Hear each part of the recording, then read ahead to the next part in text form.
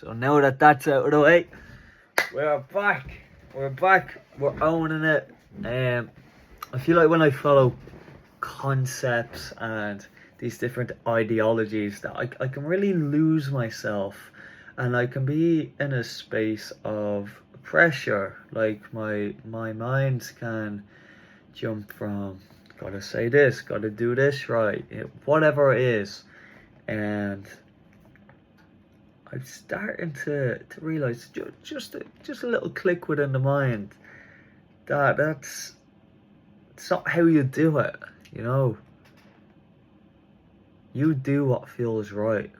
Obviously, there's got to be challenge. Obviously, there's going to be resistance and us to come up against our own shadows where we might avoid it or run away from it. But now is a time, I feel, for all of us to move forward. What do I mean by that? Well, it's to look in. It's to go inwards. When we look at this entire outer reality, it's simply a reflection. It's a mirror of who we are. Let's pretend there was a point in time in my life where I felt like I was just hated. I was just hated by everybody. And because I had this in my mind, I'd create mental thoughts, patterns, and ultimately behaviors that screamed this off energy, this inauthentic energy, when I will be outside and I'm interacting with people, or there's a lot of avoidance energy. I didn't want to talk to people. There's a lot of shyness, avoiding intimacy. Social anxiety was massive too. And when I came to some of these, I call them identity beliefs. It's getting down to the absolute root of these patterns that we function by, as to them when we act from that space. So we have identity belief, then we have belief, thought, feeling, action. Okay? And I was so focused on this taking actions, these coping mechanisms, this manipulative energy, and finding out these strategies and tips and tricks on how to basically function in life. Going into a society just thrown in, and my mind was in this constant fear or flight mode. How can I survive? And it's when I looked inwards, that's when everything started to shift. Because it wasn't circumstance for me to focus on and to fit in, but it was questioning, why do I feel this way? Or why am I having these thoughts? Where do they come from? Like, where's the root? I love the root. Always go to the root. When you get to the root, then there's nothing else to solve. So I see a root as, the root is the problem, okay? I do this because, well, nothing is a problem in this reality. It's all perfect the way it is. But if we look at a root, it's the problem that is waiting to be dissolved. It's the identity that we have attached ourselves to, so that we act from that space. And now, where does that come from? Well, you could imagine, we've all been children. I fucking hope. I don't know what's going on nowadays, but we've all been children. And we've accumulated these experiences, these circumstances growing up, whether it's with caretakers, school, on the football teams, you name it, friends, family. And we go through these times, these rough times, where we learn it's not okay to be me. It's not okay. Maybe there was a point in time where, oh shit, I can't be myself, therefore I'm going to change myself. And when those experiences occur, we internalize this perspective, how we've witnessed it, and we internalize it into a very short I am statement. And I call that identity. I am not safe. I am bad. I'm hated. I don't matter. I'm not loved. I'm not wanted. All of these beliefs we accumulate, different beliefs. We all have them. It's part of the human game. And we start running through life and we forget that we've shifted ourselves. We forget that we're playing an act. Because when there's an identity that we embody ourselves into, then that's not us anymore. Then we have, quote unquote, lost authenticity. And we are hurt, scared, or afraid. And the thing that stops us from looking back there, it's fear. You know, when we feel an emotion or a thought comes up and we don't like that, suppress, suppress, suppress. But life is evolutionary. Life is always expanding. Everything. We're the only species, we're the only living organism where we have a choice in that.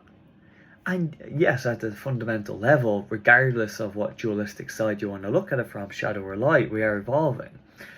But we're not here as an empowered being, a spiritual being, to live a human experience. It's to be fun, it's to be playful, it's to be charismatic within our own right, to have that authenticity, wearing the badge. This is who I am. Like, this is fucking me. And so when we look at those thoughts, those patterns, those behaviors too, that can give you a hint. It's simply showing you that identity belief. Think about it.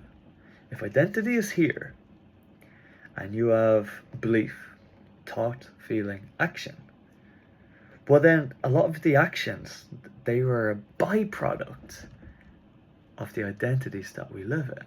I'll give you an example, okay? So there was a time where, let's pretend I didn't feel safe because of XYZ in my childhood.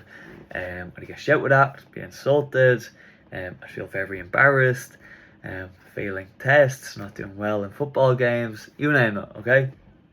You could imagine you grow up, and when I was in my 19, 20, 21 years old, I am doing actions to reinforce that I'm not safe. And it goes one of two ways. I'll either do everything to not feel safe, or I'll do everything to try and feel safe. It's only what the ego knows. It's only what the ego knows. It has two functions, the ego. To be right and to protect itself. Now, I like to add in my own little statement. It's to be right and to protect itself based on the information that's been fed. And most of that information is through no fault of your own, but it's been through growing up. It's been through childhood experiences. I like to say between the ages of 0 and 4. Or whether it's the nervous system, or whether that's internalized beliefs that where we have perceived something and then we've said it about ourselves. Even moments where we don't remember. We don't remember our entire life. Okay?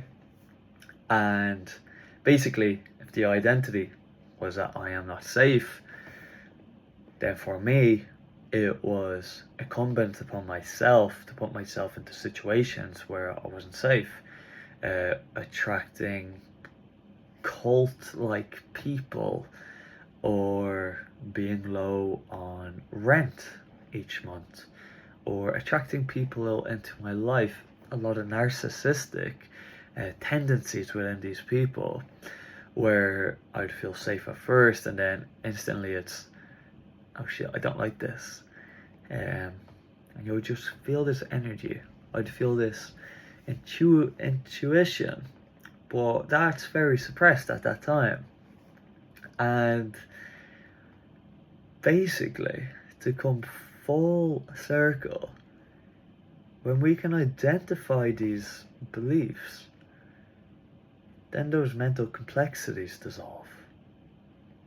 Then the action that comes from an authentic space dissolves.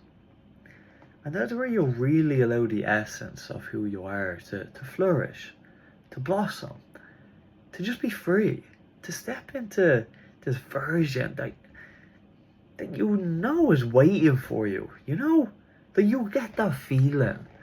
And it's like, this is who you are. And this is who you are becoming or this is the final iteration of who you are. But when you're at this stage, there's some points in time where we say, no, like it's something just it's not clicking. It's just not there. It's a lack of fulfillment. Even when we fulfill our dreams or our goals, or we achieve something that satisfies us, it's not actual fulfillment. Like we don't actually feel. Yeah, I feel complete. I feel whole. I feel one. You know, there's parts of us just spaced out everywhere, and we're like, yeah, like there's parts of me missing. Where are they? And when we collect those parts from the past, and when we stop identifying with who we think we are, and to integrate that within us, that integration, collecting all those parts and integrating it into one, that's wholeness. That's completeness. That is when we go from surviving to thriving. When we realize that we are the creators of our reality, where we take 100% responsibility for everything, for absolutely everything in this cosmic world. So they are my 2 cents for today on life. I hope you enjoyed it, and yeah, thank you for listening.